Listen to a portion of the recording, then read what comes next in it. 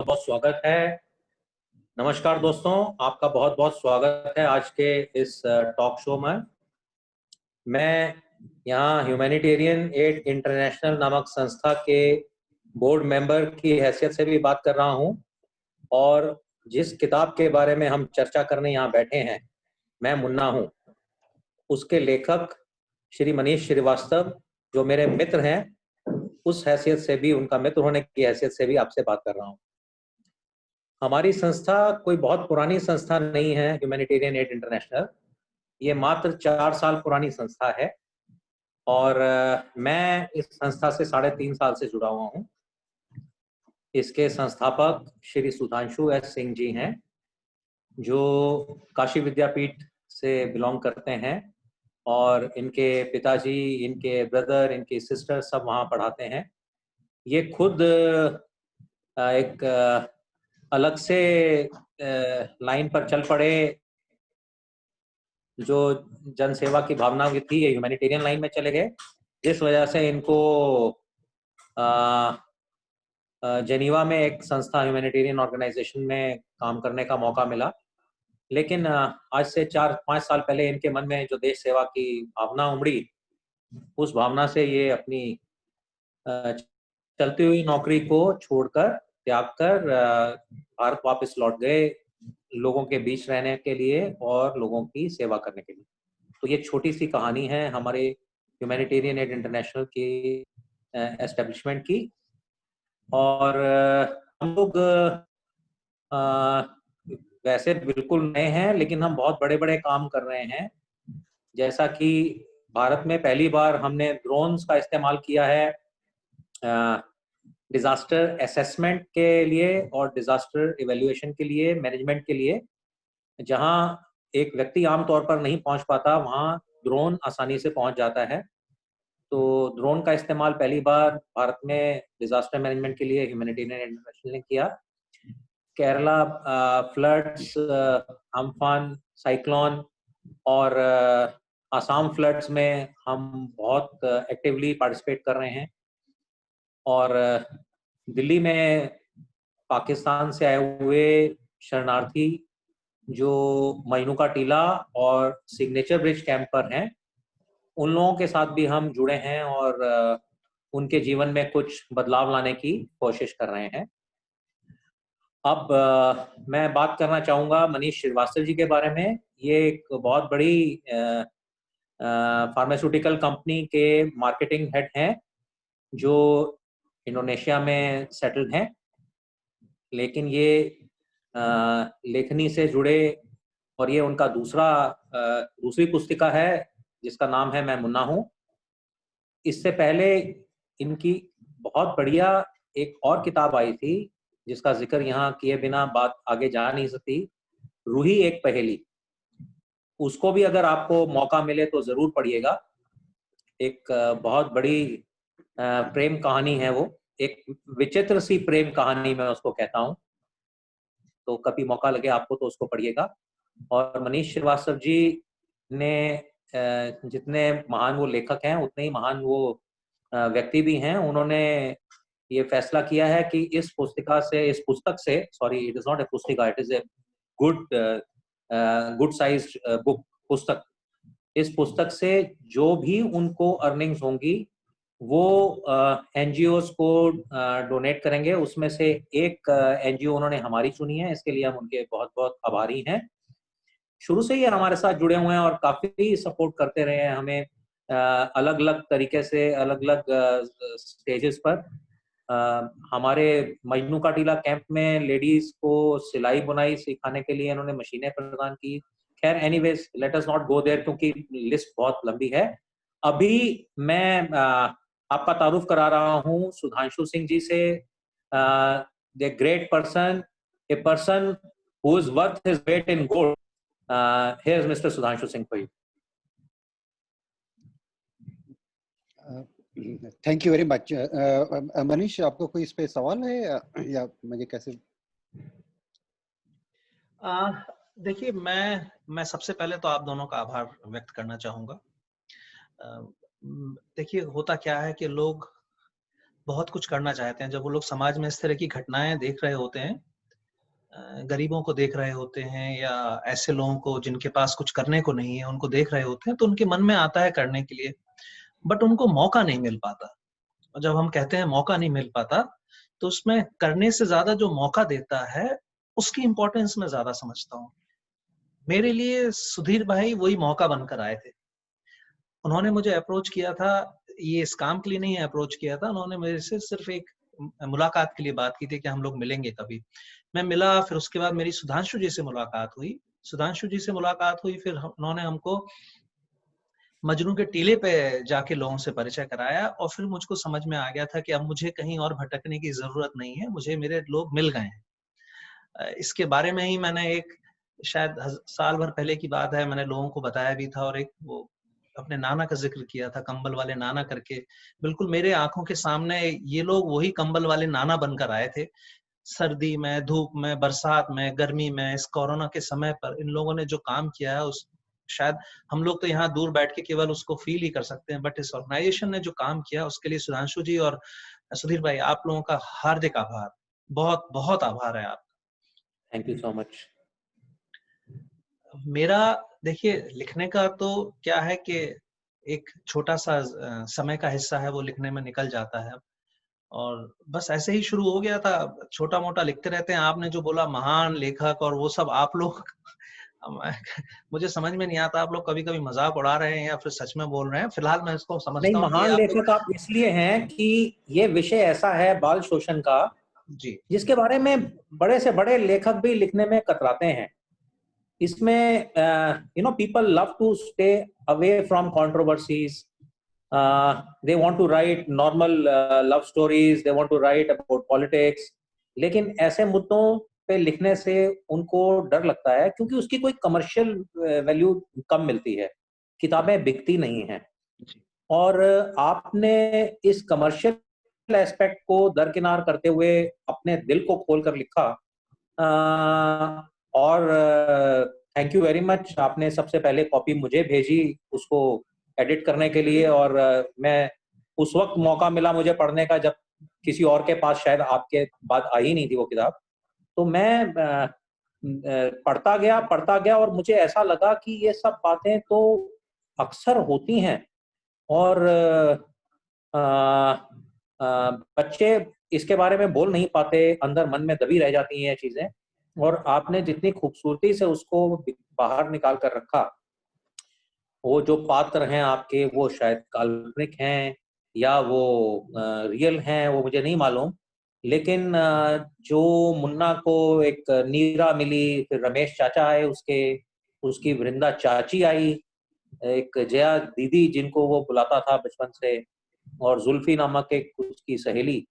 जिस तरीके से आपने उसको बिना छिछोरापन, बिना कोई नग्नता, बिना अश्लीलता दिखाए उसको प्रेजेंट किया, मैं आपको किसी भी छोटी कैटेगरी में रख ही नहीं सकता हूँ। आप महान लेखक ही हैं।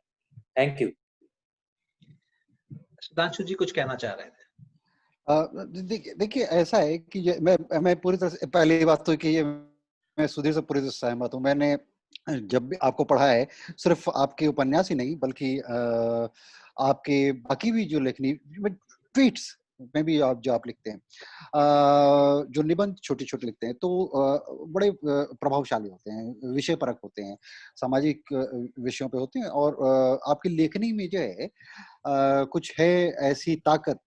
आप कोई बात ऐसे कह सकते हैं कि आपकी ऑडियंस को उसमें इंटरेस्ट जग जाता है, और आप ऐसे विषय लेकर कहते, चाहे पुराण हो या फिल्मी क्षेत्र से भी आप कुछ अगर लेकर के आए, जो पुराने समय के संगीतकार, या बहुत ही रुचिकर तरीके से आपको उसको पेश करने की आपकी कला है, तो उससे तो मैं अपने आप को सौभाग्यशाली समझता हूँ कि आप मित्र ही नहीं बल्कि हमारे सहकर्मी भी हैं जी HAI में। तो ये सौभाग्य, और ये जो विषय है आपने जो चुना, अ, ये इसको इस पे लिखना और बात करना बहुत ज़्यादा ज़रूरी है, क्योंकि अगर किसी के साथ बाल्यकाल में कोई दुर्घटना हो जाए, तो इसका असर जीवन भर रहता है। और इससे अगर बचा सकते हैं तो तभी जब हम इस पे खुल के बात करें, लोगों को खतरों से आगाह करें। हमारी अगर भारत देश की समस्या ये है, लोग क्यों नहीं बात करते? बात इसलिए नहीं करते क्योंकि हम अभी भी भले ही हम जॉइंट फैमिली से न्यूक्लियर फैमिली में की तरफ चले आए हैं, लेकिन फिर भी कुनबे वाली भावना हम लोगों में है ही, जहाँ पे रिश्तेदारी में हम लोग बहुत ज़्यादा आदर भाव रखते हैं। मामा, चाचा, ताया ये सब जो है, ये परिवार का हिस्सा ही माने जाते हैं और जो बाल यौन शोषण होता है, वो ज़्यादातर परिवार के एक्सटेंडेड फैमिली के अंदर ही होता है और ये एक बहुत बड़ा आघात है। बच्चे के लिए, बच्चों के अभिभावक के लिए और यही एक ऐसा विषय है क्योंकि इससे जो परिवार है वो टूटने की स्थिति पे आ जाता है और ये एक चूँकि बहुत बड़ा ट्रॉमा है, इसलिए इस बात को दबाया-छुपाया जाता है और जब ये दबाया-छुपाया जाता है, तो उसका असर किसके ऊपर आता है? इसका सबसे ज़्यादा असर बच्चों पे आता है उस एज में जिस समय उनको सबसे ज़्यादा प्रोटेक्शन की ज़रूरत है, उनके सर्वांगीण विकास के लिए। और इसीलिए बहुत ज़रूरी है कि इस विषय पर ना सिर्फ़ खुल कर के बोलें, बल्कि इस पर खुल कर के कार्यवाही हो, क्रियान्वयन हो। वो कैसे हो सकता है? जब सबसे पहले तो बच्चों को एक ऐसी अगर मैं चला जाऊँ जो है हमारे शरणार्थी कैंप्स में, मजनू का टीला और सिग्नेचर ब्रिज जहाँ भी हम काम कर रहे हैं और बाकी कैंप्स में जहाँ भी हम भविष्य में काम करेंगे। आप देखिए, एक कुछ बच्चे ऐसे थे हैं जिनको शुरू से ये समझ आती है कि ये उनका सुरक्षा कवच है। अगर ये टूटता है तो इसका मतलब वो असुरक्षित हैं, चाहे वो यौन शोषण हो या किसी और प्रकार का शारीरिक मानसिक शोषण हो, ये उनको पता होता है। लेकिन जो बच्चे शुरू से ही असुरक्षित माहौल में ही पल बढ़ रहे हैं, जो इनका इकोसिस्टम ही असुरक्षा है, उनको ये समझ ही नहीं है कि यौन शोषण क्या है और क्या नहीं है। आप समझ रहे हैं ये कितनी खतरनाक स्थिति है और यही स्थिति हमारे इन शरणार्थी कैंप्स में है जहाँ पे बच्चे पूरी तरह से असुरक्षित हैं और उनको ये पता भी नहीं है कि ये बातें उनकी असुरक्षा कहलाती हैं। ये उनके लिए बहुत ही सामान्य स्थिति है। लेकिन ये जी। अगर इसी सामान्य स्थिति में वो बढ़ते गए तो ये उनको असामान्य नागरिक के रूप में विकसित करेगी। इसलिए बहुत ज़रूरी है कि हम इस प्रकार के जो वातावरण में बढ़ रहे बच्चे हैं, उनके बीच में हम यौन शोषण का कॉन्सेप्ट धीरे-धीरे उनको समझाना शुरू करें ताकि वो अब न सिर्फ़ अपना वो समझ सकें कब वो खतरे में हैं, बल्कि एक ऐसा उनको सपोर्ट सिस्टम भी हम प्रोवाइड कर सकें ताकि वो वहाँ पे आकर के अपनी बात बता सकें और हम उनकी सुरक्षा के लिए कार्यवाही कर सकें। तो ये जो आपने किताब लिखी है मैं आपका इसलिए धन्यवाद देना चाहता हूँ कि आपने हमें एक नया डायमेंशन दिया है काम करने का। प्रोटेक्शन एक ऐसा विषय है जिस पे हम बहुत समय से काम करना चाहते थे। हम अभी तक उतने बड़े लेवल पे कर नहीं पाए जिस पे हम करना चाहते थे। लेकिन अब इस किताब के बाद ये निश्चित रूप से एक जो है ये मेन स्ट्रीम किया जाएगा हमारी हर एक्टिविटीज़ में इन कैंप्स में। हर बच्चे को पूरी तरह से शारीरिक और मानसिक सुरक्षा देने का ये हम लोग प्रतिबद्ध हैं अब। जी। देखिए, इसमें 2 चीज़ें हैं। एक तो जो सुधीर भाई ने कहा, पहले मैं उसको लूँगा, फिर मैं आपकी बात पर आऊँगा। सुधीर भाई ने कहा कि इस पर लोग-बाग बोलने से कतराते हैं। 2 कारणों से कतराते हैं। एक तो ये विषय बिकता नहीं है, पहली बात, बिकता नहीं है और दूसरा इस पर बात करने में बहुत हिम्मत की ज़रूरत है, बहुत हिम्मत की ज़रूरत है। और वो हिम्मत दिखाना शायद हर कोई के बस में नहीं होगा, शायद इसलिए लिखता है और आप आर्थिक कारण तो रहते ही रहते हैं, शायद वो एक कारण है। अब मैं बात करता हूँ सुधांशु जी की, जो वो ये कह रहे हैं कि इस पे बात करने की ज़रूरत है, इसको खुलकर बात करने की ज़रूरत है। मैं हम लोगों ने देखिए क्या होता है, हम लोग जब भी चाइल्ड अब्यूज़ की बात करते हैं, बाल शोषण की बात करते हैं, तो हम लोग हमेशा इससे क्या करते हैं, हम बच्चों को समझाने की कोशिश करते हैं। मेरा अब मैं जब मैं बात कर रहा हूँ, मेरा आपसे बात कर रहा हूँ, कुछ लोगों से और बात हुई, आगे भी बात करूँगा, मैं थोड़ा-सा अलग हट के सोचने की बात कर रहा हूँ। हम बच्चों की जगह हमको बड़ों से बात करनी है। हम पीड़ित से ही क्यों बात करते हैं हर बार? हम उससे बात क्यों नहीं कर रहे हैं कि जो पीड़ा पहुँचाने वाला है? आप ये देखिए, एक बच्चे के साथ अगर हुआ है, तो जो आदमी है उसने एक के साथ नहीं किया होगा। उसने और भी लोगों के साथ किया होगा या करने वाला होगा। हमें पीड़ित से ज़्यादा जिसने पीड़ा पहुँचाई है, उसको समझाने की ज़रूरत है, उसको काउंसलिंग की ज़रूरत है कि आप देखिए आप क्या कर रहे हैं। आप एक बच्चे को नष्ट नहीं कर रहे हैं, उसकी ज़िंदगी नष्ट नहीं कर रहे हैं, आप समाज को नष्ट कर रहे हैं, उसके बाद आप देश को नष्ट कर रहे हैं। आप एक पूरी सोसाइटी को खोखला कर रहे हैं।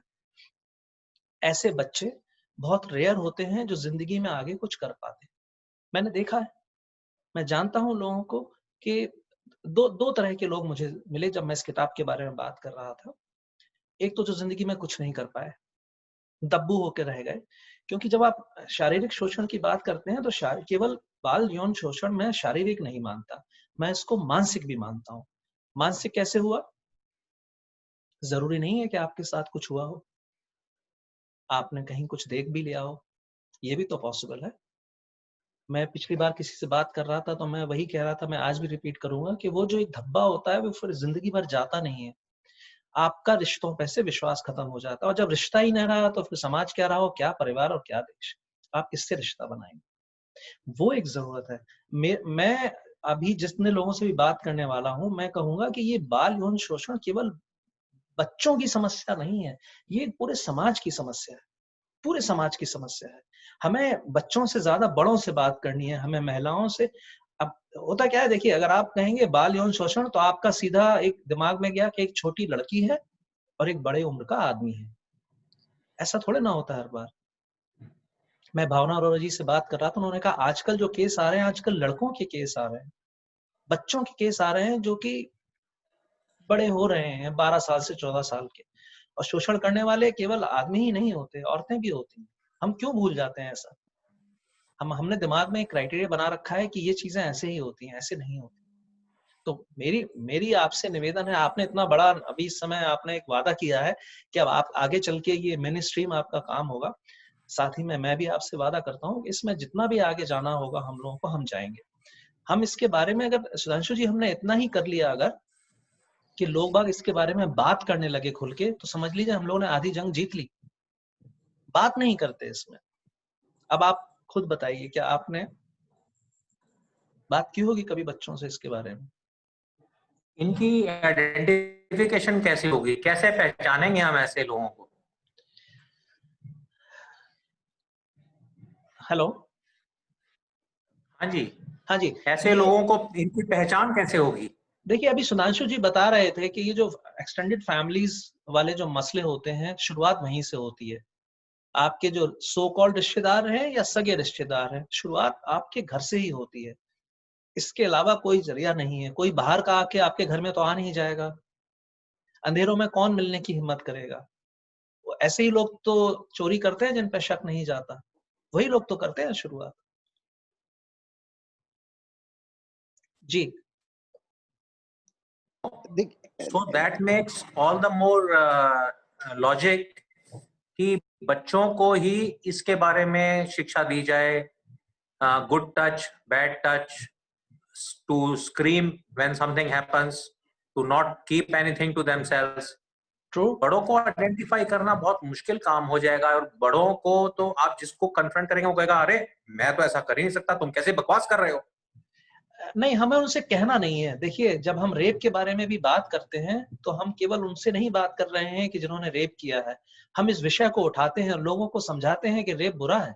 यही तो करते हैं ना हम यही कर। तो देखिए जी।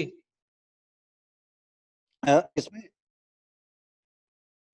देखिए मैं पिछले 30 साल से डिजास्टर रिस्पांस में और रिफ्यूजी सेटिंग में काम करते हुए मेरी अपनी समझ ये है कि सिर्फ जागरूकता ही पर्याप्त नहीं है, जी। बल्कि आप उन सारे कारणों को आइडेंटिफाई करना होगा जो कि एक बच्चे को वल्नरेबल बनाते हैं, और उन पे आपको काम करना पड़ेगा। जैसे कि अब हम जो है सिग्नेचर ब्रिज का उदाहरण लें, हमारा जो शरणार्थी कैंप है, जी। ये किसी भी घर में सॉरी दरवाजे नहीं है। अब आप ये सोच लीजिए, सिर्फ 3 तरफ दीवारें हैं, वो भी जो है वुडन या टारपलिन या प्लास्टिक शीट्स, एक तरफ से खुला हुआ, उसमें हर उम्र के लोग रह रहे हैं, बच्चे भी और एडोलेसेंट बॉयज एंड गर्ल्स भी। तो there is absolutely no privacy. That's number 1 reason to make them vulnerable. Privacy तो चाहिए सबको, खासतौर से कुछ खास उम्र में प्राइवेसी चाहिए, वो नहीं है। दूसरा, शौचालय शौचालय है ही नहीं।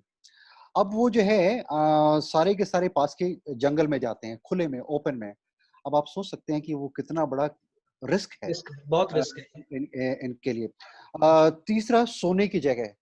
अगर प्राइवेसी नहीं है, एक छोटी सी जगह में ही सारे परिवार सो रहे हैं, सिर्फ परिवार ही नहीं, एक्सटेंडेड फैमिली, और यहाँ पे सब एक दूसरे के रिश्तेदार हैं, जी सब एक दूसरे को जानते हैं। अब आपको पता है ये कितना बड़ा खतरा है। अब आप कितनी भी जागरूकता कर लें, आप चौबीसों घंटे उनके सिर पे तो खड़े रह नहीं सकते। नहीं रह सकते। और ये ऐसा शैतान है, कब किसके दिमाग पे सवार हो आप कह नहीं सकते। मानता हूँ बात को। इसलिए सिर्फ जो है बातचीत करना पर्याप्त नहीं है, बल्कि ये जो स्ट्रक्चरल रीजंस हैं जो बच्चों को इस प्रकार के वल्नरेबल सिचुएशन में डाल रहे हैं, उनको एड्रेस करना जरूरी है। लेकिन ये सबसे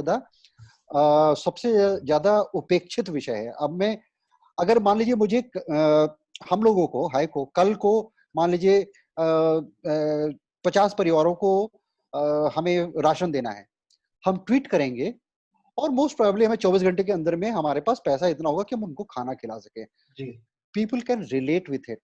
लेकिन अगर हम ये कहें कि हमें 5 लाख रुपए चाहिए प्रोटेक्शन प्रोग्राम के लिए, जो अवेयरनेस बिल्डिंग होगा और ये बाकी फैक्टर्स को एड्रेस करने के लिए जो बच्चों को वल्नरेबल करते हैं, मुझे नहीं लगता कि people will be able to relate and contribute. हमने पिछले 2 साल से कोशिश किया है एक्चुअली इस पे। हमने प्रोटेक्शन एक्सपर्ट्स बुलाने की कोशिश किया ताकि वो आकर के हमारे बच्चों के साथ बैठ के बात कर सके, महिलाओं पुरुषों के साथ बैठ के ताकि उनको समझ में आ सके कि जो है क्या क्या खतरे हैं और उनसे बचा कैसे जाए। हमें अभी तक सफलता नहीं मिली है। तो ये एक सबसे बड़ा जो है गैप है इस प्रोग्राम में। तो हम लोग इसमें एक काम कर सकते हैं, जैसे कि अब मैंने देखिए, मैं इस यहाँ पर एक चीज क्लियर कर देता हूँ आपको कि वो जो कहा है कि किताब के लिए काफी सारे एनजीओस को जो भी जितना मिलेगा काफी सारे एनजीओस को दिया जाएगा, वैसा नहीं है। मैं फिर से रिपीट कर रहा हूँ, इस किताब से जो भी आने वाला है, जितना भी आने वाला है, वो केवल इसी संस्था के लिए है। मैं बार बार रिपीट करता हूँ, इसको आप अच्छे से दिल में बिठा लीजिए। मैं ये चाह रहा था कि आप ये एक शुरुआत समझते हैं। आपने आज कहा कि वहां दरवाजे नहीं हैं या कुछ एक ऐसी चीजें हैं जिनकी वजह से दिक्कत है। हम मुन्ना हूं से लेके शुरुआत करते हैं। यहाँ से जितना आता है, जरूरी नहीं है कि पूरा आ ही जाए। मैं वो नाम तो हूं नहीं कि मेरा को ढूंढ ढूंढ के लोग किताबें लेने वाले हैं। ये एक शुरुआत थी। इसके अलावा जितने की जरूरत होगी मैं खड़ा होता हूँ। आप बताइए क्या करना है, कहाँ करना है। वहां से अगर 50,000 आता, आप कहते हैं मनीष भाई 50,000 और चाहिए, मैं हूँ खड़ा आपके लिए। कोई तो आगे आएगा। आप जो बोल रहे हैं कि एक ट्वीट से, हाँ मुझे याद है सुधीर भाई ने ट्वीट किया था वो मतलब मेरे ख्याल से 24 घंटे के अंदर मेरे ख्याल से कुछ नहीं तो 1,000 लोगों के लिए खाने का पैसा इकट्ठा हो गया था सुधीर भाई, सुधांशु जी। हाँ हाँ बिल्कुल। तो ये हो जाता है क्योंकि दिखता है। बट आपने सही कहा कि अब आप बोलेंगे कि हमें बच्चों के लिए कुछ करना है। वो जब हम कुछ करना है वाली बात बोलते हैं तो वो समझ में नहीं आती। शायद हम ऐसे और थोड़ा सिंप्लीफाई करें कि हम बाल यौन शोषण के लिए काम कर रहे हैं। उसके लिए जैसा भी आपने बोला कि ये केवल जागरूकता जरूरी नहीं है, हमको उनके घरों में दरवाजे लगाने हैं, हमें शौचालय बनाने हैं। शायद उससे शुरुआत हो सके। थोड़ा सा प्लान बना के अगर हम बोलेंगे कि हाँ शौचालय ना होने की वजह से ये दुर्घटना होने के चांसेस ज्यादा हैं, हमको 5 शौचालय बनाने हैं, उनकी कीमत है 50,000 रुपए। Let's start doing this. Yes yes. अब देखिए हम लोग सब लोग गांव की पृष्ठभूमि से जुड़े हुए हैं जी और हमें सबको पता है कि सबसे ज्यादा बलात्कार कब होते हैं गांव में, वो जी तब जी जब लड़कियां शौच के लिए जाती हैं खेत जी। में, सबसे तो ज्यादा। अब यहाँ पे भी वो मोदी जी ने वही शुरुआत की थी। हाँ लेकिन हम यहाँ देश की राजधानी में ऐसे जी परिवार हैं जो कि इस वजह से असुरक्षित है क्योंकि उनको शौचालय उपलब्ध नहीं है। हम अच्छा, हम इसमें लगातार कोशिश करें, हमें एनसीपीसीआर की काफी मदद मिलती है। जी प्रियंका कानूनगो जी जो चेयरपर्सन जी है नेशनल जी कमीशन जी फॉर जी प्रोटेक्शन ऑफ चाइल्ड राइट्स, उन्होंने लिखा भी है Delhi urban shelter improvement board को कि यहाँ पे शौचालय मोबाइल टॉयलेट दिया जाए। और दिक्कत ये है कि ड्यूसिप जो है Delhi urban shelter improvement board, वो नोटिफाइड स्लम्स में काम करता है। अब ये रिफ्यूजी कॉलोनी तो इलीगल है, लीगल। ये नोटिफाइड स्लम नहीं है, इसलिए उनके मैंडेट में नहीं आता है। इसलिए ये इलीगैलिटी जो है ये इनको आपको बहुत ज्यादा वल्नरेबल बना देती है क्योंकि हमारी किसी भी एजेंसी के कार्य क्षेत्र में वो नहीं आती। तो वो हमारा एक बड़ा स्ट्रगल है। काम हो रहा है लेकिन समय लग रहा है। वो जी मोबाइल टॉयलेट आएगा लेकिन कब आएगा ये हमें पता नहीं। क्यों? क्योंकि वो उनको ये पेपर प्रोविजन क्रिएट करना होगा उस एरिया में मोबाइल टॉयलेट देने के लिए जहां पे उनका मैंडेट नहीं है। तो ये रिफ्यूजी प्रॉब्लम वर्ल्ड ओवर है। रिफ्यूजी प्रॉब्लम नहीं, डिजास्टर। आप देखें हर डिजास्टर के बाद, और इसमें खास लेंस होने की जरूरत है, हर डिजास्टर के बाद हमें प्रोटेक्शन का एंगल लाना बहुत जरूरी होता है जो बहुत कम लोग करते हैं जी। क्योंकि डिजास्टर एक पुलिस पोस्ट बनाई जा सकती है वहाँ। Sorry Can we get a police post made there? देखिए वो जो आप देखेंगे सिग्नेचर ब्रिज से के ठीक नीचे पेट्रोलिंग करने के बाद जो है पुलिस वहां पे उनकी वैन जो है, उनकी जीप जो है वहीं पे आती है रेस्ट करने के लिए। तो अक्सर 4-4, 5-5 आपको पुलिस जीप मिल जाएंगी वहां पे। लेकिन सुधीर, अगर हम, आपको पता है, पता नहीं मुझे बोलना ही नहीं चाहिए या नहीं चाहिए, कभी कभी पुलिस से भी खतरा हो जाता है। इस तरह के ये थोड़ा सा संवेदनशील है। हाँ, जो आप कहना चाह रहे हैं। हाँ, ये क्योंकि जो इलीगल सेटलमेंट है वो इस वजह से भी जो है और वल्नरेबल हो जाता है, because it is illegal settlement. तो इसके लिए हमें बहुत सारे इसीलिए हम एडवोकेसी जो है हमारा एक बहुत बड़ा मुद्दा है, हम इसको हाईलाइट करते हैं। और हम सफल भी हुए हैं, नेशनल ह्यूमन राइट्स कमीशन हो या एनसीपीसीआर हो या national commission for scheduled caste हो, इनका हमें सहयोग मिलता है। तो उसकी वजह से हम आगे बढ़ रहे हैं, लेकिन अभी काफी कुछ किया जाना जरूरी है, आवश्यक है जी। सुधीर भाई, आप अनम्यूट कर लीजिए। क्या आप मुन्ना को जानते हैं? हाँ, मैं जानता हूँ। आप भी हो सकते हैं, सुधांशु जी भी हो सकते हैं, मैं भी हो सकता हूँ, कोई भी हो सकता है। ये तो हमारे सबके अंदर छुपा हुआ है एक, उसको बाहर कौन लेकर आएगा। तो कहानी लिखते वक्त परेशान तो बहुत हुए होगे आप कई बार। हाँ, ये आपने बिल्कुल, ये आपने बड़ा सही सवाल पूछा है। कुछ एक घटनाएं ऐसी हैं जो मैंने खुद देखी है, अपनी आंखों से। तो वो उन चीजों को मैं भूल चुका था, बिल्कुल से भूल चुका था। बट जब इस सब्जेक्ट पर लिखने बैठा, इस सब्जेक्ट में लिखने का एक कारण ये भी है, एक तो कारण है कि जो मेरे साथ घटना हुई थी झांसी में, जब मैं मंदिर में था, वहां किसी से मुलाकात हुई थी। और फिर जब मैं आप लोगों के साथ जब वो कैंप गया था, मजनू का टीला कैंप गया था, और जहां मैंने वहां बच्चियों को देखा था, इतनी प्यारी प्यारी बच्चियां हैं, सुंदर सुंदर बच्चियां हैं। मैंने सुधांशु जी से कहा था कि इनके लिए मतलब क्या है। सुधांशु जी ने, कभी कभी सुधांशु जी करना बहुत चाहते हैं, बट वो लाचारी जो उनके वो दिखती है, वो आपने और हमने पिछले 3-3.5 सालों में देखा है उनके साथ। तो वो जो कुछ घटनाएं थी जब मेरे सामने दोबारा से आने लगी, तब तो वाकई में, और मैं सच बताऊं, मैं बीच में इसको लिखना बंद कर दिया था मैंने। बहुत भारीपन हो जाता था, बहुत भारीपन हो जाता था, तकलीफ तो होती थी। आपने भी देखा होगा मुन्ना को, तो आपके आसपास भी होंगे, सुधांशु जी के आसपास भी होंगे। और कभी कभी जरूरी नहीं है कोई 100% मुन्ना हो, 20% मुन्ना भी हो सकता है, 10% मुन्ना भी हो सकता है, बट हर किसी के साथ, हर किसी के अंदर एक मुन्ना हर है। किसी के साथ, हर किसी के साथ कुछ ना कुछ ऐसी घटनाएं जरूर घटी हैं। और मैंने जैसा वो ट्वीट में भी लिखा था कि अगर आप गांव में धूप के तले पेड़ के नीचे कभी सोए हैं, क्या कभी आप नहर के पार करके या ट्यूबवेल में नहाए हैं? तो जो लोग भी उस दौर से रहे हैं, वहां ये सब चीजें खेतों में ही अक्सर हो जाती थी। जी। तो ये है, एक पर्टिकुलर एपिसोड है जो मुझे बहुत ज्यादा आकर्षित किया मुन्ना का। जब वो भैया जी ने उसका हाथ पकड़कर सीढ़ियों से ऊपर ले गए और 56 भोग खिलाए, जी। उसके बारे में कुछ कहिए, आपके मुंह से सुनना चाहता हूँ, क्योंकि मैं अभी बोलते बोलते भी मेरे रोंगटे खड़े हो रहे हैं।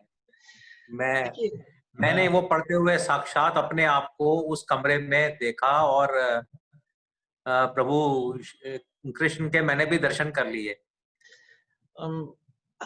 आपको पता नहीं, लोगों को ये कुछ अलग सा लगेगा।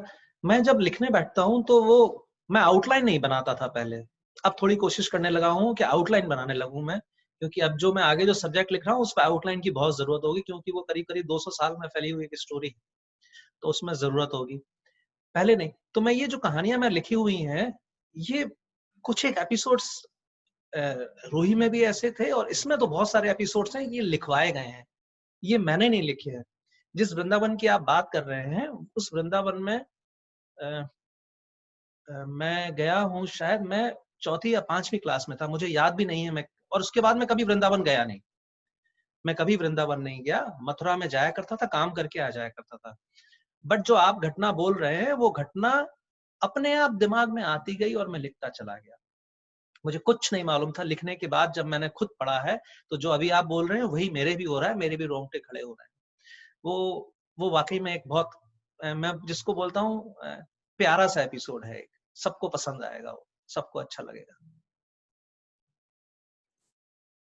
सबको पसंद आएगा। मैं यही, जितनी खूबसूरत आपकी लेखनी है, जितनी अच्छी आपकी कल्पना है, उतने ही अच्छे आप व्यक्तित्व वाले व्यक्ति हैं। Thank you. ऐसे ही रहिए, अपनी इनोसेंस को बनाकर रखिए। और आज मुन्ना है, कल रूही एक पहेली थी, और एक बहुत अच्छी आत्मकथा भी आ रही है आपकी कलम से, जो इसका मैं सरप्राइज अभी खोलना नहीं चाहता, तो लेकिन हमें इंतजार है उसका जी। बहुत बेसब्री से इंतजार है जी। Thank you very much. जी। कोई और चीज आप कुछ पूछना चाहें हमारे बारे में, हमारी संस्था के बारे में, तो आप पूछ सकते हैं। मैं आपकी संस्था के बारे में जितना जानता हूं, मेरे लिए उतना काफी है कि मैं आप लोगों के साथ जिंदगी भर जुड़ा रहूं।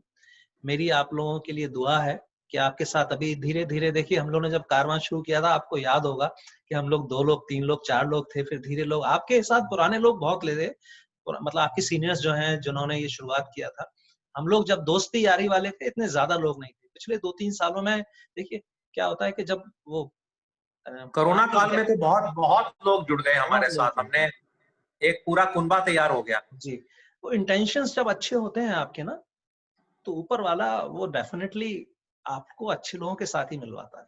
अब इसके देखिए, मैंने अपनी तारीफ कर दी इसमें अपने आप, आपको समझ में नहीं आया। ये कलाकारी होती है, देखिए। ठीक है, ठीक है। Thank you Sudhanshu ji, thank you very much. आपने टाइम दिया इतना। हम लोग फिर दोबारा से कभी मुलाकात करेंगे। जरूर जरूर जरूर जरूर। थैंक यू सुधीर भाई, thank you very much. Thank you. Thank you very much. Bye bye.